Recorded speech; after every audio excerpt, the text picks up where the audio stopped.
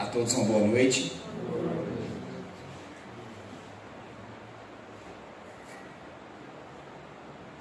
Mais uma vez, muito feliz de podermos juntos termos essa oportunidade de conhecermos um pouco mais sobre a doutrina espírita e, sobretudo, ter essa possibilidade de tentar dar uma chance a nós mesmos de compreendermos os diversos porquês da vida e da existência e tentar, de alguma forma, conformar esses porquês com as dúvidas, com as angústias que nós costumeiramente alimentamos.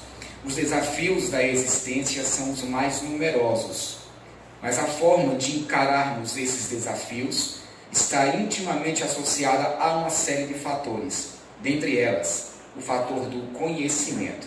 E o conhecimento talvez seja uma das grandes pérolas, se não a maior pérola que a doutrina espírita nos oferece.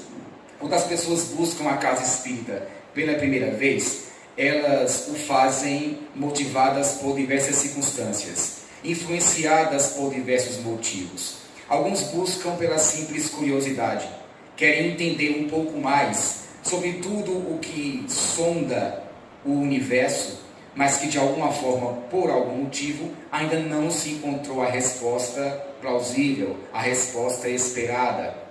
Outros tantos veem a casa espírita ou abraçam o espiritismo muito mais como uma espécie de experimentação, para tentar ver alguma falha ou algo em que a doutrina possa cair em contradição, para que através daí possam de alguma forma diminuir ou criar o demérito da doutrina espírita.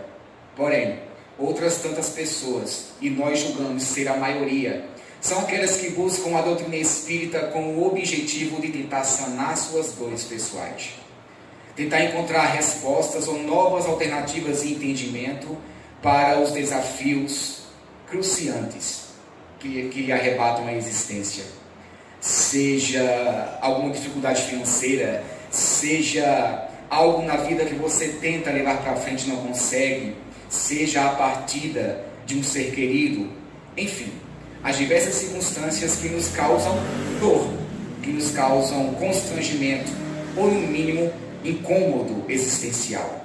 E procuramos no Espiritismo uma espécie de tábua de salvação, embora não seja o objetivo da doutrina estabelecer nenhuma tábua de salvação para quem quer que seja, mas nós buscamos, de alguma forma nós buscamos no Espiritismo a última resposta, que tente de alguma forma nos satisfazer, nos consolar, nos deixar mais felizes.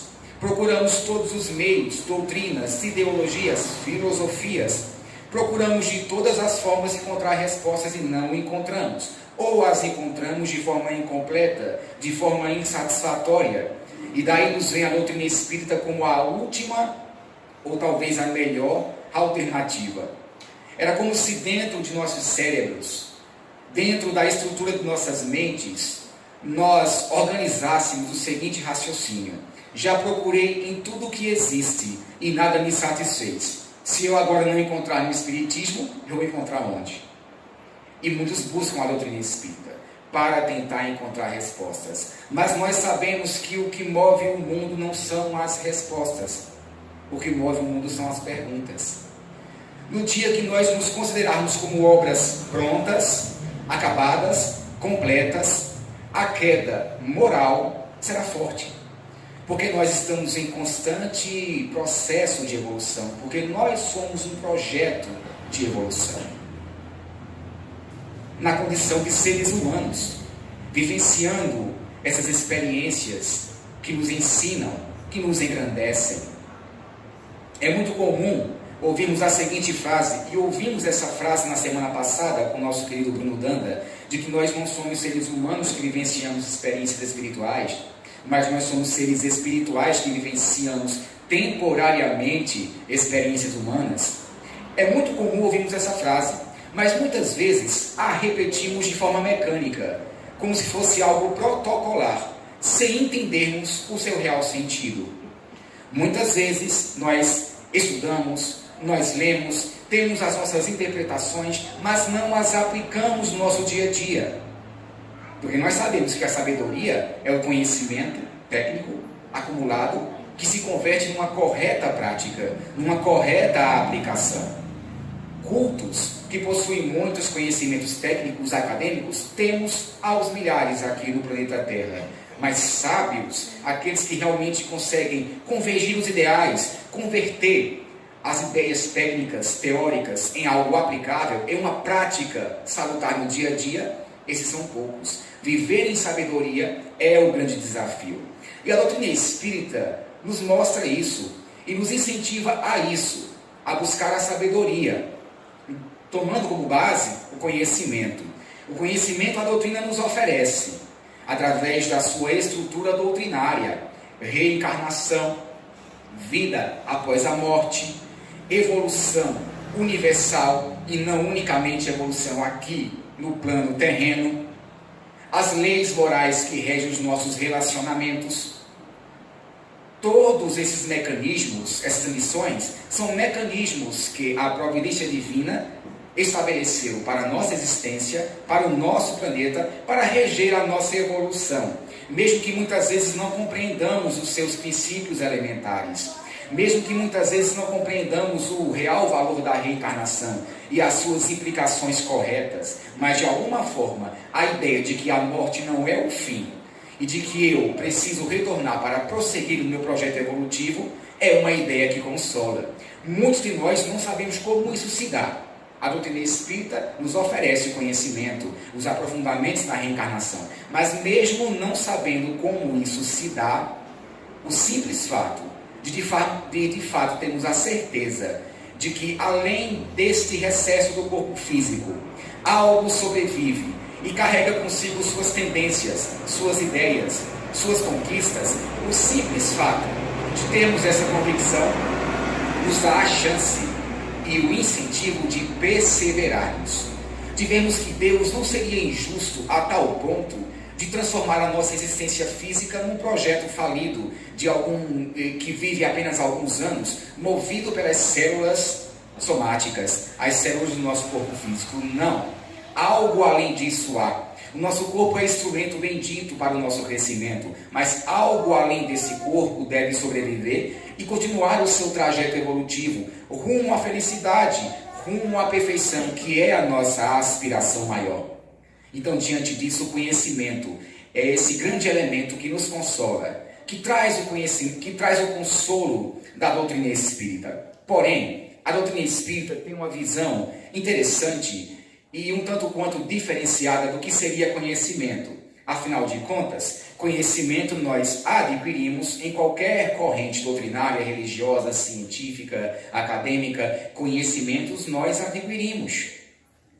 Mas, em alguns temas básicos, esses conhecimentos se diferem. E daí fica aquele grande desafio emblemático. Qual desses conhecimentos é o que mais me convém? Ou qual desses conhecimentos é o que está mais próximo da realidade dos fatos, da realidade da vida? Então, a doutrina espírita tem alguns princípios diferenciais com relação ao conhecimento que vale a pena a gente refletir. Eu gostaria de refletir com cada um de vocês algumas perguntinhas que talvez a grande maioria de nós já nos fizemos em algum momento de nossas vidas, principalmente quando a companheira dor bate a nossa porta. E a primeira coisa que nós devemos compreender é o seguinte: por que o ser humano procura conhecer? Por que ele deseja conhecer? Nós sabemos que há uma diferença entre desejo e necessidade. O desejo é psicológico, é momentâneo, é opcional. A necessidade, ela tem uma consolidação maior em nossa vida. A necessidade é algo mais urgente, é algo mais essencial. Alimentar-se é uma necessidade. Escolher o que vai comer no almoço, no jantar, é um desejo. É um conteúdo psicológico, opcional. Está direcionado aos seus interesses daquele momento, daquele dia. Então nós somos movidos por desejos e necessidades.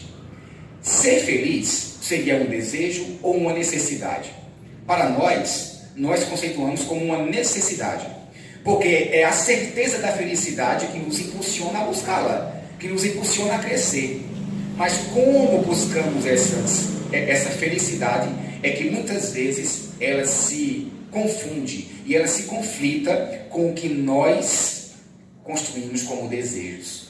Para muitos a felicidade é ter agora o carro do ano, mesmo que você já tenha comprado o carro anterior há pouco tempo atrás. Há essa confusão que nós fazemos entre desejo, entre o que é psicológico com aquilo que é essencial. Nós sabemos que muitas coisas são essenciais e muitas coisas ainda são necessárias. Há um diferencial com relação a isso. Então, o que o homem procura desejar e o que o homem procura conhecer? O homem procura conhecer a si mesmo? Alguns sim, outros não. O homem procura conhecer o porquê das coisas, de onde vim, para onde vou, qual a razão da existência, qual o sentido da minha vida nessa existência? Sim, muitos homens buscam, principalmente aqueles que abraçam o espiritismo ou qualquer outra corrente religiosa. O homem procura conhecer o outro, às vezes sim, nas teorias psiquiátricas, psicológicas, psicanalistas e toda a teoria da psique, que trata do psiquismo, da mente, da alma humana. Todos buscam conhecer algo.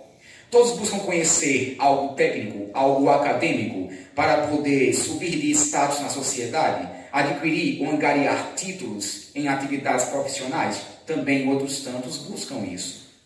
Mas afinal de contas, por que é que estamos aqui? E qual a nossa destinação? O que buscamos de fato? O que nos move a cada dia, mesmo diante das dores, acreditarmos que depois das trevas de uma noite vai surgir o alvorecer de um novo dia. Algo nós buscamos. Esse algo pode ser a fé, a religiosidade, a espiritualidade, a certeza de obtenção de algo, mas algo nos impulsiona a continuar vivos no corpo, porque há mundos mortos no corpo. Mortos para as realidades espirituais, mortos para o entendimento da espiritualidade.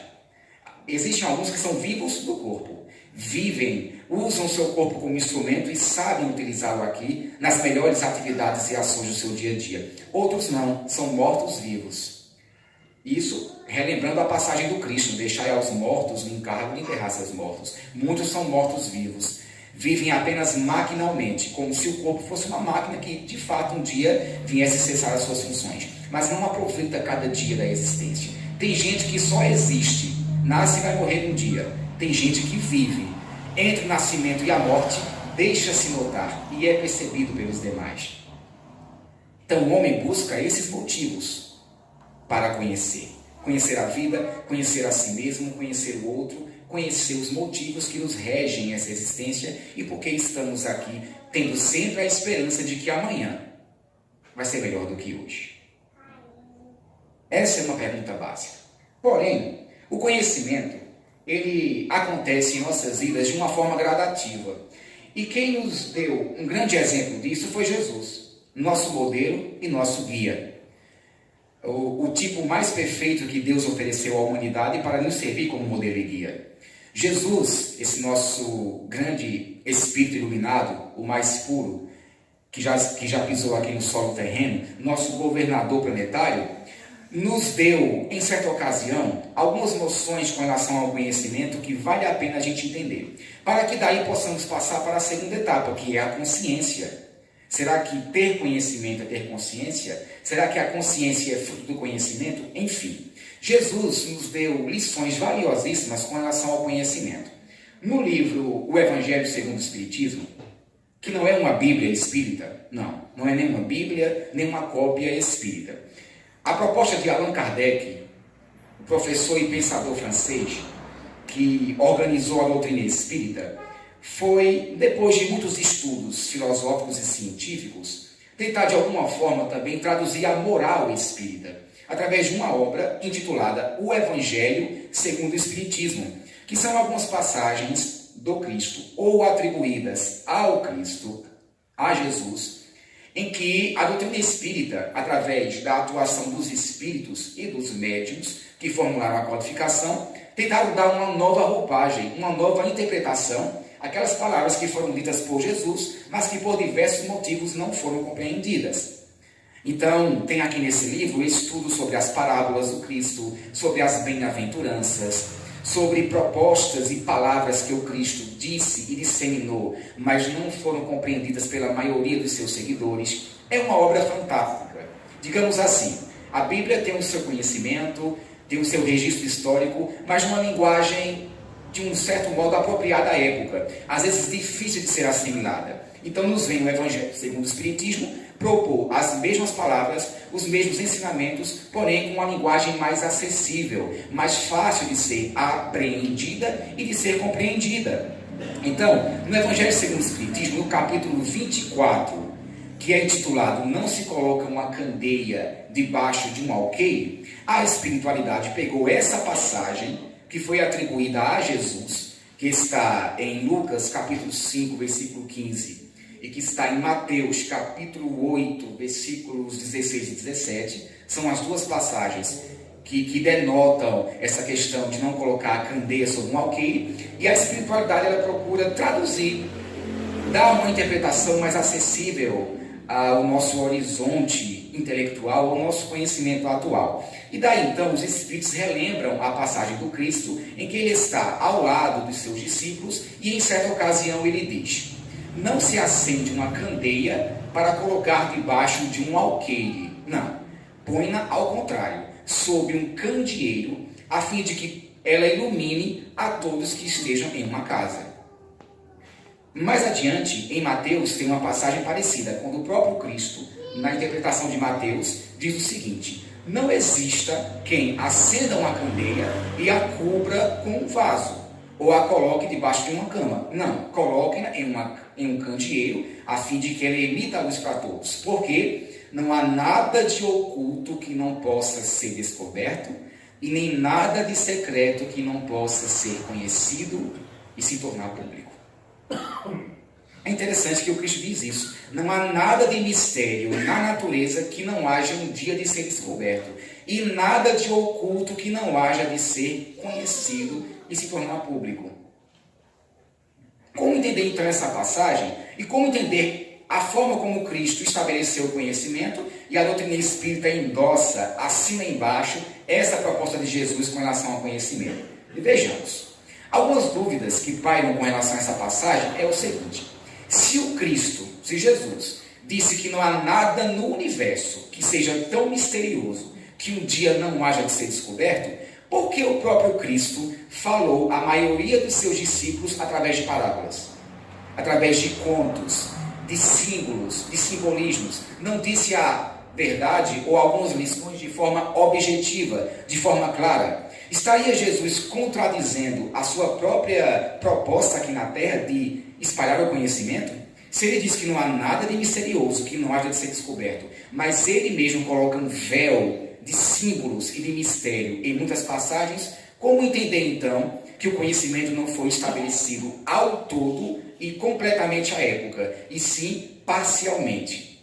Então vejamos, a espiritualidade que ajudou a formular esse livro, os espíritos amigos, através de médiuns, com a coordenação e supervisor do pensador francês Allan Kardec, eles estabeleceram algumas interpretações com relação a essa passagem do Cristo. E uma delas é uma interpretação bem interessante, que é a seguinte: eles dizem, todo conhecimento que ele é administrado, ele deve ser proporcional à inteligência daquele a quem esse conhecimento é dirigido. Nunca pode se dar a uma criança um alimento que só pode ser digerido por um adulto. Isso é inconsistente. Se se der um alimento para uma criança, que esse alimento só é compatível com um adulto, essa criança, no mínimo, não vai conseguir assimilar esse alimento e será prejudicial a ela. Então, não se dá a uma criança um alimento que ela não consiga digerir. Então, não se dá àquele que ainda não tem a capacidade de compreender certos princípios um conhecimento que pode muitas vezes ser abortado ao meio do caminho. E mais adiante a espiritualidade diz: as gerações, as sociedades passam por sua infância, por sua juventude e por sua maturidade espirituais. O que é a infância? É o símbolo do símbolo, é o símbolo da pureza, é o símbolo da ingenuidade. Toda criança, até então, que se prova o contrário, representa o estigma da fragilidade. Por mais que nós espíritas saibamos que toda criança é um espírito antigo, que ela não está aqui pela primeira vez, está naquele corpo, mas não enquanto espírito, que ela já viveu muitas encarnações e tem todo um passado anterior que justifica o que ela passa no presente, mesmo que saibamos disso, a gente entende que a criança vem com uma estrutura física que force aos pais a ideia da fragilidade, para que os pais se vejam incentivados a dar assistência, a cuidar daquele ser. Caso contrário, se a criança já nascesse adulta, mostrando as suas tendências do passado e as suas imperfeições, os pais não teriam essa capacidade ou esse incentivo para lidar com aqueles conflitos que aquele ser traz. Então a criança vem com essa aparente inocência e fragilidade física e mental, para que os pais tenham essa oportunidade e esse empenho em cuidar delas, lhes dar a educação, emendar as suas imperfeições, ajudá-las a consertar os próprios erros. Enfim, então, a criança é esse símbolo. A juventude é o símbolo da ousadia, é o símbolo da força, da criatividade, da iniciativa, com raras exceções contrárias, mas é o símbolo da busca por uma identidade. Não quer mais ser criança, mas ainda não é adulto. É a busca por uma identidade. E, posteriormente, a maturidade é o símbolo da consolidação do conhecimento. É o símbolo da clareza, da objetividade, também até que se prove o contrário, embora existam alguns outros exemplos contrários. Mas se entende que todo adulto, ele conseguiu consolidar todo o conhecimento que lhe foi administrado na infância e na juventude, e agora o está utilizando para converter-se em um homem de bem na sociedade. É pelo menos o que a gente espera. Então, as sociedades passam por sua infância, por sua maturidade e por sua juventude. O que significa? Existe um momento nosso, evolutivo, em que nós agimos, humanamente falando, como crianças. Temos pouco conhecimento. Ainda, por diversos motivos, não nos foi dado acesso a novos conhecimentos. Era a época pré-histórica e ainda assim a época que nós vivíamos com Jesus. Éramos em torno de 30 milhões de habitantes em todo o planeta. E, em sua grande maioria, eram habitantes de cidades humildes, semi-analfabetos ou praticamente analfabetos. Então, aqueles que tinham o acesso a um conhecimento mais específico eram poucos. Eles faziam parte de seitas, de castas, mas não da massa populacional. Então, o que isso significa? Nós ainda, à época do Cristo, não só na parte de conhecimento, na parte das ciências, mas também na parte de comportamento, nós éramos infantis, imaturos. Tanto é que escolhemos quem? Barrabás, e não Jesus, de acordo com a história. Não entendemos a proposta de Jesus e nós, à época, como seres humanos, nós preferimos nos enveredar pelos interesses da política, da má política, para de alguma forma tentar escolher o Barrabás do que não Jesus, que historicamente era quem não tinha débitos naquela ocasião. Mas então, por nossas atitudes, nós comprovávamos que éramos imaturos. Não sabíamos ainda discernir o certo ou o errado de uma forma convincente, de uma forma satisfatória. O certo ou o errado à época era muito voltado para o que nos convinha, para os nossos interesses. Ainda hoje há aqueles que agem dessa forma.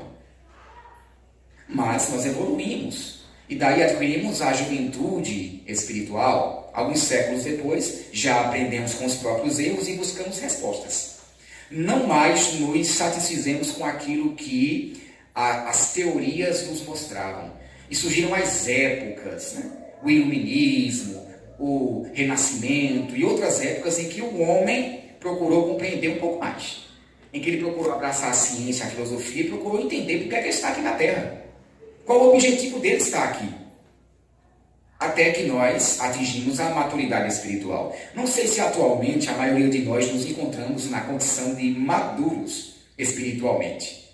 Passamos uma autorreflexão e através das nossas atitudes a gente verifique se realmente estamos maduros ou não para compreender. Mas, ao que se entende, hoje nós já temos uma condição espiritual de compreender aquilo que à época de Jesus não era tão compreendido. Então estamos nessa maturidade espiritual. Portanto, se só se dá a uma criança um alimento que ela consegue digerir, se só se dá a alguém algo que esse alguém consegue assimilar, à época do Cristo, seria necessário que ele falasse por símbolos, com parábolas, porque se fala com crianças através do lúdico. Nós ensinamos na evangelização reencarnação, perispírito, mediunidade, mas de uma forma lúdica, com contos, histórias, técnicas dinâmicas, para que o conhecimento que é tão complexo possa ir para aquelas mentes de uma forma simples, acessível. Então, o Cristo, ele tinha que falar por parábolas, e ele mesmo disse isso.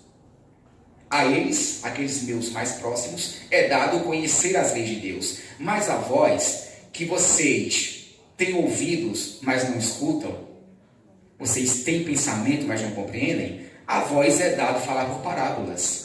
E parábolas são histórias fictícias, são histórias que não existem.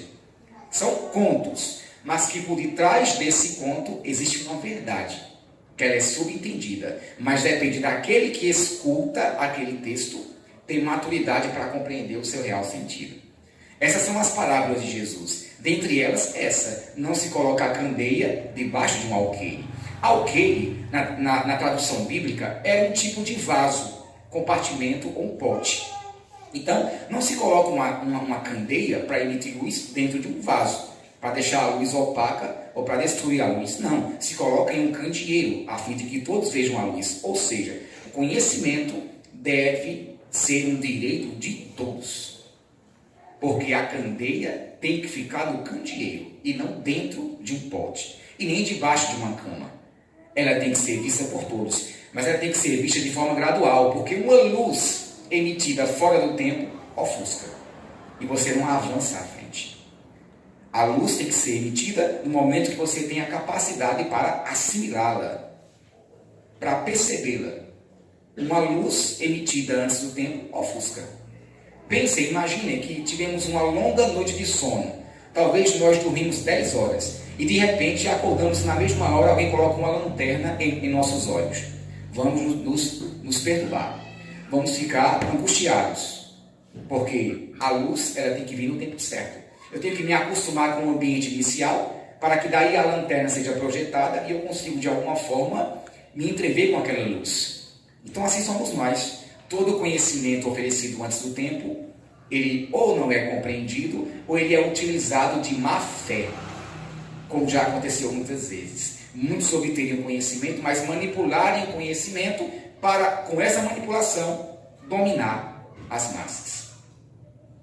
Algo diferente do que acontece hoje? Ou não? Ainda há aqueles que hoje obtêm conhecimento e usam esse conhecimento para manipular as massas de acordo com o seu bel prazer. Eu estou equivocado? Sim ou não? Não, né? Existe alguém que ainda manipula esse conhecimento e coloca esse conhecimento, conforme esse conhecimento de acordo com os seus objetivos? Ainda há.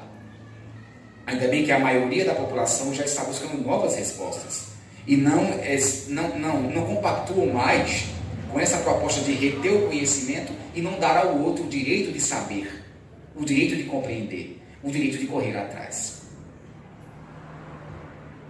E mais adiante, a espiritualidade desse mesmo capítulo também fala com relação ao conhecimento.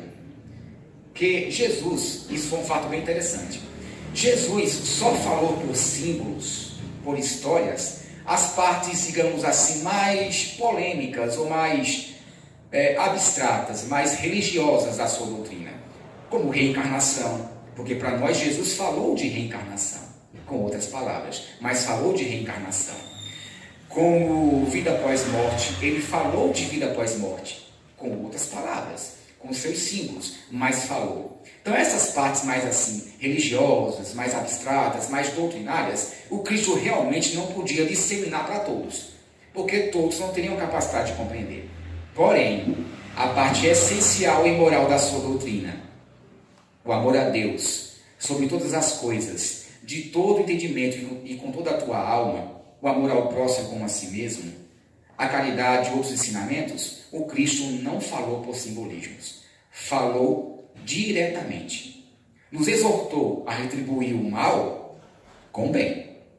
nos exortou a, se em algum momento alguém nos agredisse em um lado da face, nós pudéssemos oferecer o outro lado da face. Se alguém nos obrigasse a caminhar 1000 passos, nós caminhássemos 2000 passos. Se alguém roubasse a nossa capa, nós também oferecêssemos a túnica. Essas lições de retribuir o mal com o bem, elas foram diretas, não foram através de símbolos. Mas, neste caso, sim, o do conhecimento foi um simbolismo. Em suma, resumindo, o conhecimento ele deve ser elaborado de forma gradual e sucessiva. E esse foi o cuidado dos espíritos ao proporem a doutrina espírita, quando ela foi elaborada, quando ela foi estudada e organizada pelos missionários no campo da doutrina espírita, dentre eles Allan Kardec, o nosso codificador. A proposta da espiritualidade foi disseminar o conhecimento espírita quando as pessoas tivessem capacidade de assimilar. Vejamos, a doutrina espírita não surgiu na Idade Média, porque na Idade Média reinava o poder temporal, o poder da igreja ou das instituições dominantes.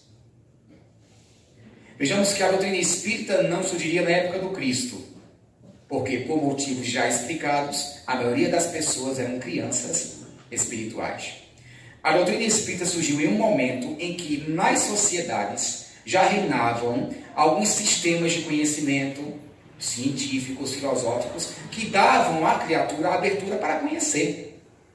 Muitos países, só um exemplo prático, muitos países à época já estavam se tornando laicos, ou seja, a liberdade religiosa nesses países já era uma realidade, graças às questões da igualdade, fraternidade e liberdade, que foram tão trabalhadas nas revoluções. Então, as sociedades já estavam tendo a oportunidade de questionar, de dizer, não, peraí, isso não é verdade porque alguém disse que está escrito e acabou. Por que está escrito? Como aquele ensinamento surgiu lá? O que fundamenta e dá credibilidade, dá sustentação àquele fundamento? Isso, a época que a doutrina espírita surgiu, meados do século XIX, já era dado a grande parte das pessoas conhecer. Então surgiu a doutrina espírita. E essa doutrina, que é a doutrina que estuda nossa origem, nosso destino e a nossa natureza, bem como nossa relação com os seres do mundo espiritual, essa doutrina nos possibilitou o acesso a esse conhecimento sem imposição, mas sim exposição. O Espiritismo não procura impor pela força, ele procura expor pela argumentação e pelo convencimento dos fatos. E é isso que faz com que as pessoas busquem a doutrina de questionar. Não se sentem culpadas em procurar saber algo mais, principalmente para aquilo que de alguma forma nos traz dor. Aquilo que nos faz alegres, muitas vezes deixamos passar, vemos como algo natural, muitas vezes não agradecemos à providência divina pela felicidade que todos os dias nós recebemos, mas aquilo que nos causa incômodos, a gente procura saber algo mais. Procura ter uma resposta que nos ajude a sair do lodaçal da dor, do sofrimento e nos reerga diante dessa vida que fatalmente, ou então só em caso exclusivo pelo suicídio, é que a gente tem essa capacidade de sair na hora que bem entende. É só pelo suicídio, mesmo que colhe as consequências. Mas fora isso, essa vida que fatalmente vamos viver até o fim, até o que nos foi proposto aqui na Terra. E como dela não conseguimos escapar, nos vale reeditar as dores, dar um novo significado. A beleza do ser humano e a beleza que a doutrina espírita traz ao ser humano é a capacidade de ressignificar, de dar um novo significado às coisas que nos acontecem, de dar um novo significado à nossa existência. É um dos grandes presentes que a doutrina espírita nos oferece. Portanto, queridos, o conhecimento é gradual. E o conhecimento, ele deve ser uma busca constante. Ele pode ser terceirizado? Pode. Um professor pode repassar um conhecimento para o aluno. Mas o desejo e o ímpeto em trazer esse conhecimento para si mesmo e colocá-lo em prática, só quem vai determinar é quem recebe aquele conhecimento. Eu posso trazer aqui respostas prontas para 1000 emblemas da vida. mas assimilá-los e tentar de alguma forma ser feliz ou entender a vida através dessas lições, caberá a cada um. Caberá a cada um ser construtor do próprio destino. E essa é uma das maravilhas também que a doutrina espírita nos oferece. Bom, já conhecendo sobre o conhecimento, a gente entende que o conhecimento ele tem três funções básicas, que foram aqui também relatadas. As três funções básicas são o seguinte: o conhecimento nos serve para distinguir o real da aparência, a essência do que é transitório. Uma das funções básicas do conhecimento é a gente procurar a cada dia aprofundar a nossa mente, as lições que nós recebemos, para tentar entender aquilo que realmente vale a pena ser abraçado, aquilo que realmente vale a pena ser seguido, aquilo que é só transitório, de interesse egoístico, e aquilo que serve para a economia da nossa alma, aquilo que nós iremos carregar após a morte. Nesse ponto, uma existência de 90 anos, ou de 5 anos, ou de 15 anos, não determina o nível de conhecimento ou da evolução que uma pessoa, espírito encarnado, habitando um corpo, consegue assimilar. Às vezes há aqueles que vivem apenas 10 anos, mas deram a sua cota de contribuição com relação à vida. Aprenderam muito mais do que aqueles que ainda irão viver 80 anos aprenderão. Vejam isso no Evangelho segundo o Espiritismo, no capítulo que fala: se fosse um homem de bem, teria morrido.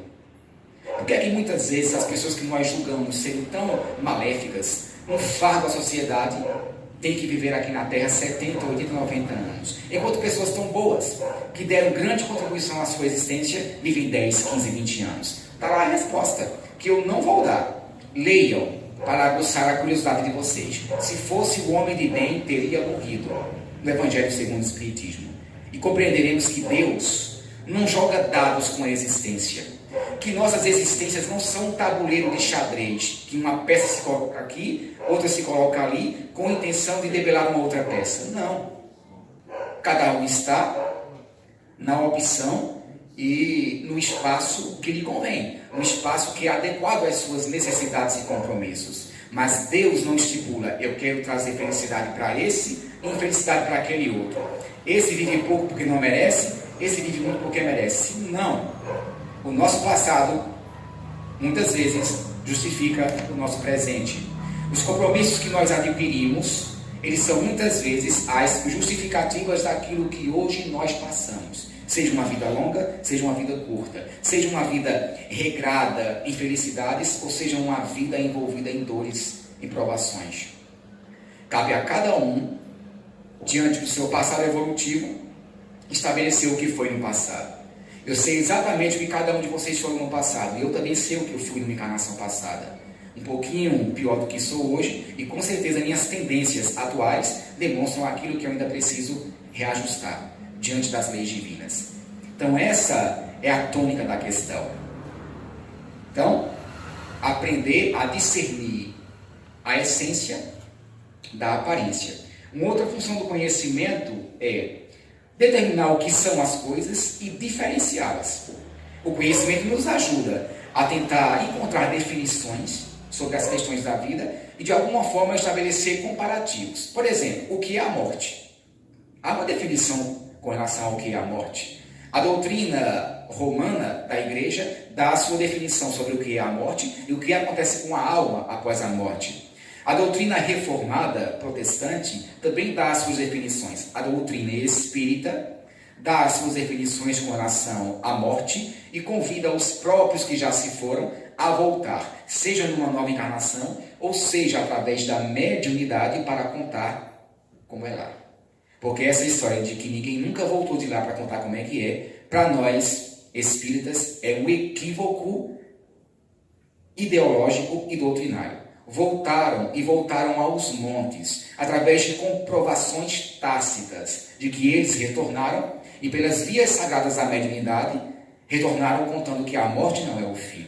Retornaram contando que estão mais vivos do que eram aqui na Terra, mas que precisam da conduta correta daqueles que aqui se encontram para que eles fiquem em paz.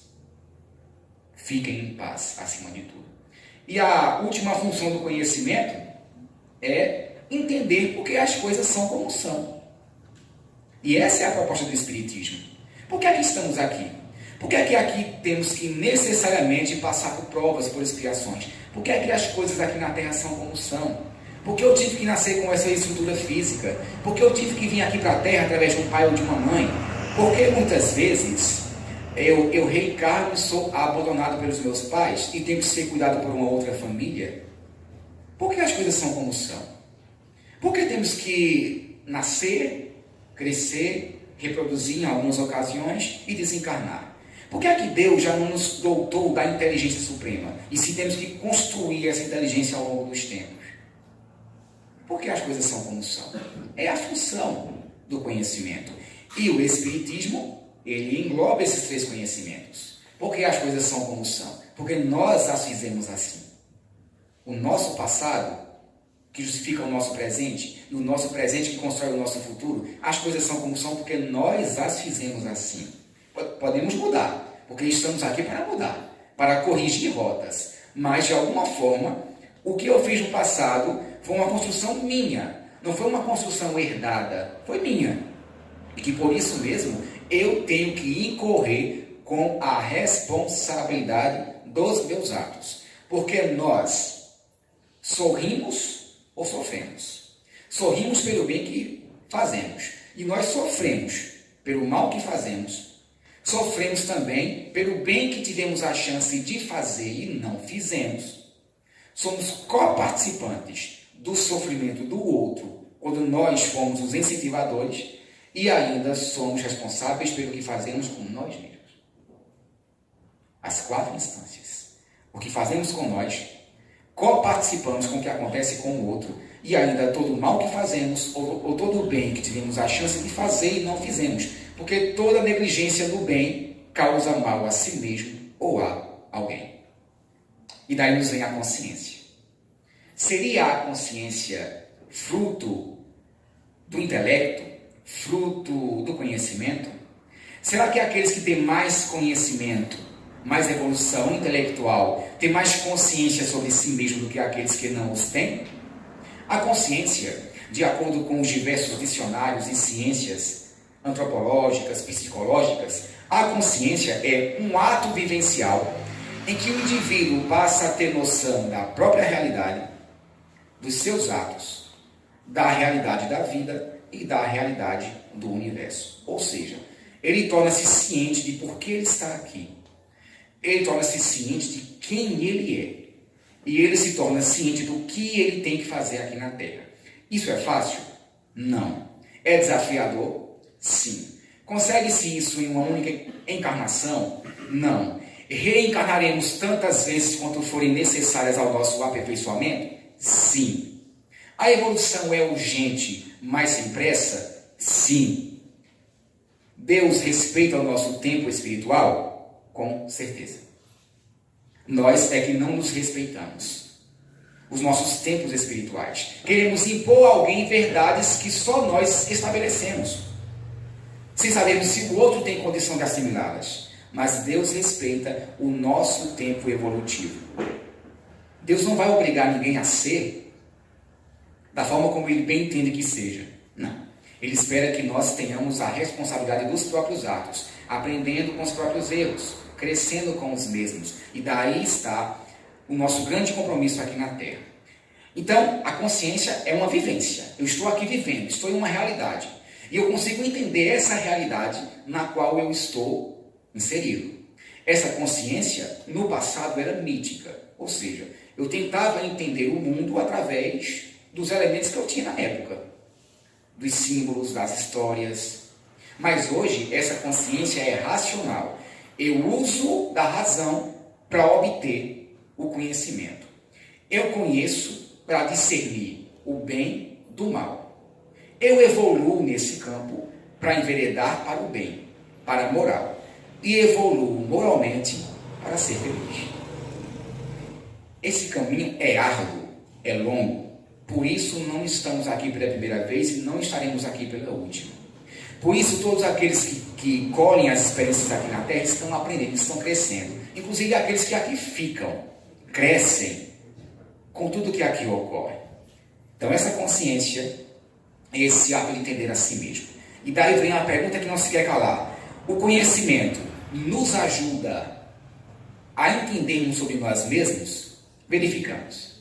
No Livro dos Espíritos, que é a primeira obra básica, que agora, no último dia 18 de abril, completou 162 anos aqui na Terra, foi lançado pelo Allan Kardec.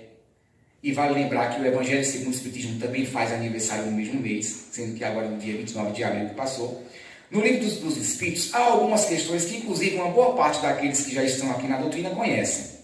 Por exemplo, a questão 621, onde está escrita a lei de Deus. Mas vejamos, na questão 619, é um livro com 1019 perguntas e respostas. Allan Kardec perguntou aos espíritos, e os espíritos responderam através dos médiuns: Deus deu a todos os homens os meios de conhecer a sua lei? E nas reuniões espíritas que Kardec participou, os espíritos responderam: todos o podem conhecer, mas nem todos a compreendem. Os que a compreendem melhor são os homens de bem e aqueles que a querem procurar. Entretanto, todos a compreenderão um dia, porque é preciso que o progresso se cumpra, se efetive. É mais uma rememória de tudo aquilo que nós discutimos até agora na palestra, que não há nada de secreto que um dia não haja de ser descoberto, mas será descoberto por aquele que já tiver as suas potencialidades estabelecidas, que já consiga entender aquilo que no passado não conseguia compreender. E temos mais uma questão interessante, que essa é a conhecida de todos. 621, onde está escrita a lei de Deus. E a resposta é uma das mais curtas, porém mais objetivas, do Livro dos Espíritos: na consciência. Para a doutrina espírita, com todo respeito a qualquer obra, inclusive as obras espíritas, a lei de Deus não está totalmente enfincada aqui. Nem no Alcorão, nem na Torá, nem na Bíblia, nem no Livro dos Mortos. Esses livros são verdades adaptadas a um contexto, necessárias a um contexto e a uma época, com linguagem acessível para todos que conseguiriam compreender aquilo naquela época. Porém, o conhecimento avança.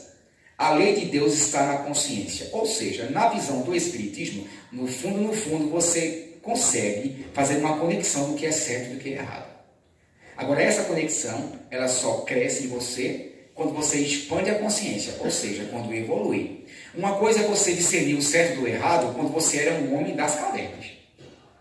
E outra coisa é você discernir o certo do errado, o bem do mal, quando você já tem ciência, religiões, filosofia, desenvolvimento tecnológico e tudo o que o atual mundo nos oferece. Mas, a cada vez que nós evoluímos, passo a passo, degrau em degrau, de encarnação em encarnação, vamos acessando esse conteúdo da lei de Deus que está em nós mesmos. Vamos aprender a discernir o que nos é lícito do que não nos é lícito, o que nos convém do que não convém, até um certo momento que eu acerte mais do que erre. E até um certo momento que eu não erre mais, que eu já conheça todas as consequências, todas as implicações dos meus pensamentos, palavras e atitudes. Então, essa é a grande proposta do Espiritismo. É nos informar que a consciência, que a lei de Deus está em nossa consciência, mas que essa consciência, apesar de que ela habita em nós, ela tem que ser potencializada, ela tem que ser treinada, ela tem que ser incentivada, porque nós evoluímos da simplicidade e da ignorância. Fomos todos criados espíritos simples e ignorantes, mas perfectíveis, ou seja, com a capacidade de um dia atingirmos a perfeição espiritual que nos espera, um dia sermos anjos. Não se assustem com essa afirmativa, um dia sermos anjos, espíritos que chegaram ao mais alto grau de evolução e que agora, aprendendo e conhecendo um tanto mais, correm para buscar aqueles que ficaram em atraso no caminho. Essa foi a proposta de Jesus, essa foi a proposta de Madre Teresa, de Irmã Dulce, de Martin Luther King, e não eram seres humanos perfeitos. no caso de Madre Teresa, tinham as suas limitações, mas conseguiram compreender, vencer as limitações. Augusto Cury, psiquiatra brasileiro, nos diz que nossa mente era como se fosse uma grande aeronave. Cada um de nós aqui sentiria segurança em embarcar numa aeronave que, apesar de ter todo o aparelhamento, toda a equiparagem, nós teríamos essa coragem de embarcar em uma aeronave que o piloto, apesar de deter toda essa estrutura, não soubesse manipular esse equipamento? Claro que não. Então, para Augusto Cury, e isso vale para nós também espíritas, o que seria a aeronave? Nossa mente. O que seria o piloto? Nós mesmos, conduzindo a nossa mente, conduzindo o que pensamos, conduzindo o que sentimos. Então, a consciência é muito mais do que isso. É muito mais do que acumular conhecimentos técnicos. É você realmente entender o que você é e por que está aqui. É quando esse conhecimento ele é convertido em sabedoria. E mais adiante, queridos, só mais 2 perguntinhas desse livro dos Espíritos, que é o seguinte: a questão 624. Qual é o caráter do verdadeiro profeta? E aqui vejamos, profeta não é aquele médium vidente que adivinha o futuro ou algo nesse sentido, não. Profeta, aquele que vai trazer a boa nova, que vai trazer a grande lição, os grandes ensinamentos, as grandes verdades.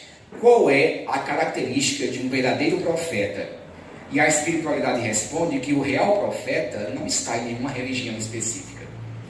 Que o grande disseminador da verdade, dos fatos, da verdade universal, não está escondido por detrás de um terno, de um colarinho, de uma toga. Não.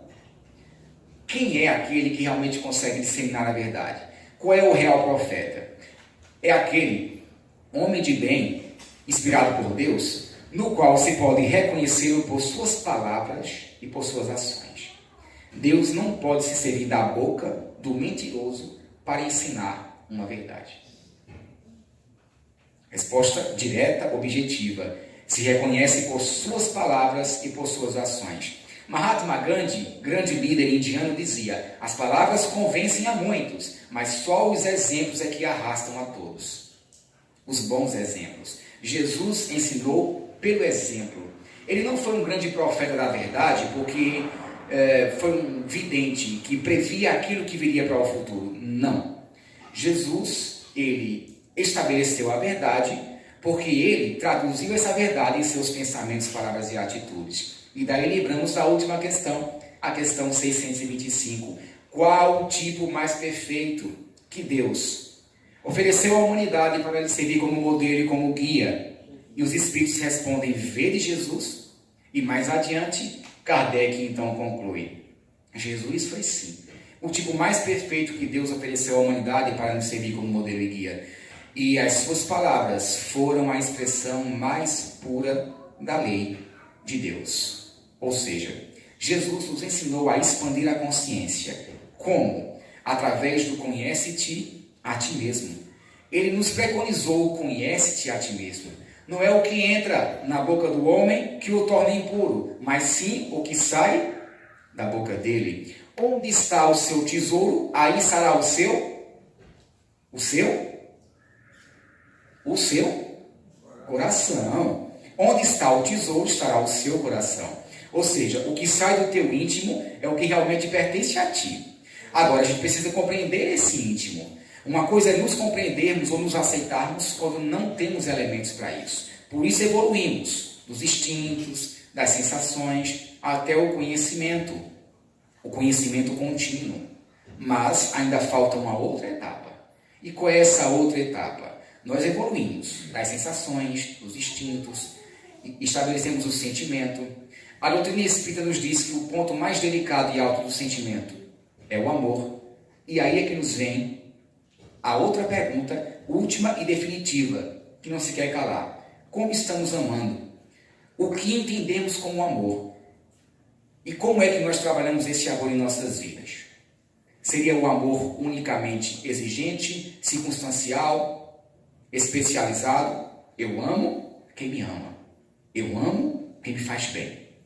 Ou seria o amor universal, deixado por aqueles que aprenderam um pouco mais do que nós, dentre eles Jesus. No Gólgota, no Calvário, após ser torturado e ir para a crucificação, as palavras do Cristo foram unânimes. Pai, perdoa-os, porque eles não sabem o que fazem. E nós não paramos para pensar nessa frase. Achamos que era apenas uma questão de falsa modéstia de Jesus. Porque eu sou bonzinho, sou melhor do que todos, então vou perdoar eles porque eles não sabem o que fazem. Não. Nós não entendemos a profundidade.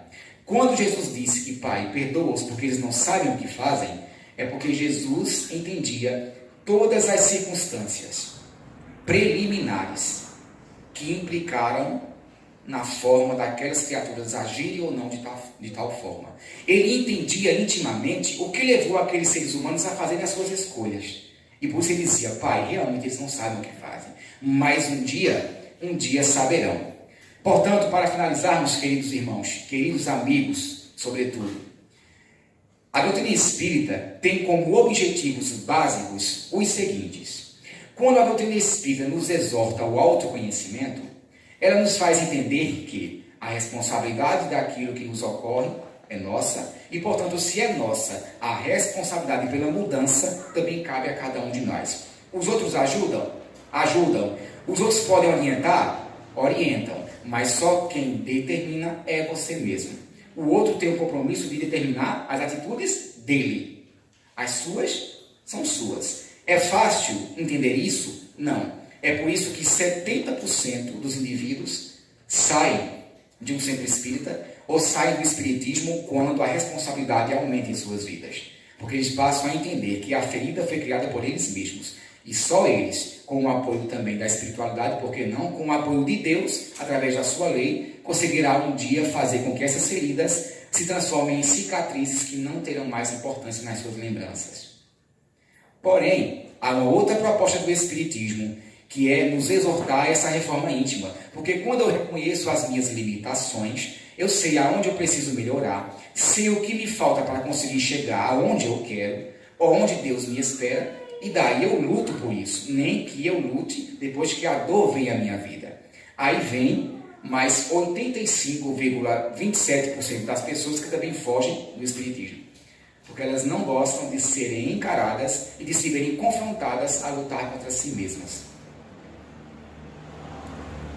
Que isso valha como uma lição para cada um de nós, principalmente para aquele que faz uso da palavra. Porque, de uma forma ou de outra, o primeiro aqui que escuta não são vocês, sou eu mesmo. Eu estou num raio físico de maior aproximação com minha própria voz. Embora a voz não saia da forma como nós escutamos, mas eu sei que é a voz que eu estou emitindo. Ela está próxima de mim, ela está próxima do meu corpo, mas eu espero que ela esteja próxima da minha alma. Que ela esteja próxima daquilo que eu tenho como compromisso aqui na Terra, empreender. Vocês não, são evoluídos, são espíritos de luz. Estão só aqui relembrando para ensinar aqueles de fora que não conhecem. Concordam com isso? Não. Quem foi que disse não? Mas é modesto. A falsa modéstia também é dos grandes espíritos. Mas, se por acaso, qualquer um de nós aqui se achar na condição daquele ser que ainda falha, daquele ser que ainda acha que a vida se resume em 5 sentidos e 3 dimensões, vale a pena a gente tentar abraçar essa causa. Não é abraçar a causa dizendo, não, sou espírita porque venho a casa espírita 3 vezes por semana, porque aplico ou recebo passes, porque faço palestra, porque fui presidente da casa espírita, ou algo nesse sentido. Não é essa a proposta.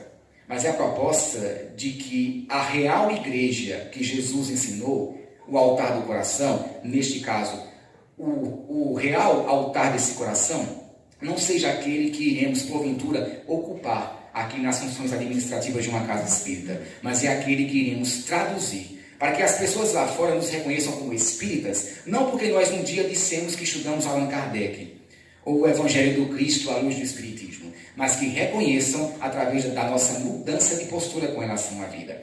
Antes do Espiritismo, o indivíduo era um verdadeiro trator, passava por todos que estivessem à sua frente. Após o Espiritismo, ele até tem vontade de ser um trator, mas agora ele pensa algumas vezes antes de passar a próxima marcha.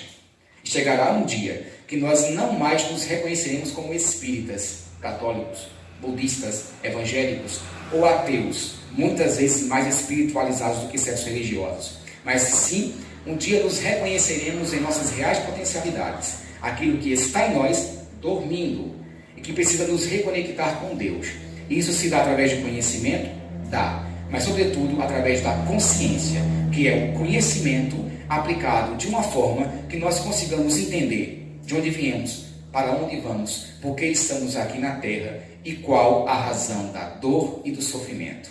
Nós somos construtores do nosso destino, arquitetos do nosso futuro e temos como leme, como bússola, a proposta do meigo Rabi da Galileia, o nosso querido Nazareno, Jesus, o Cristo, que esteve conosco, aprendeu antes de nós e por isso sabia muito bem dizer: eles não sabem o que fazem, mas um dia compreenderão, quando a lei de Deus se fizer presente em suas palavras, em suas atitudes, para que um dia possamos de fato dizer: não vivemos mais para Jesus, mas sim Jesus vive dentro de cada um de nós.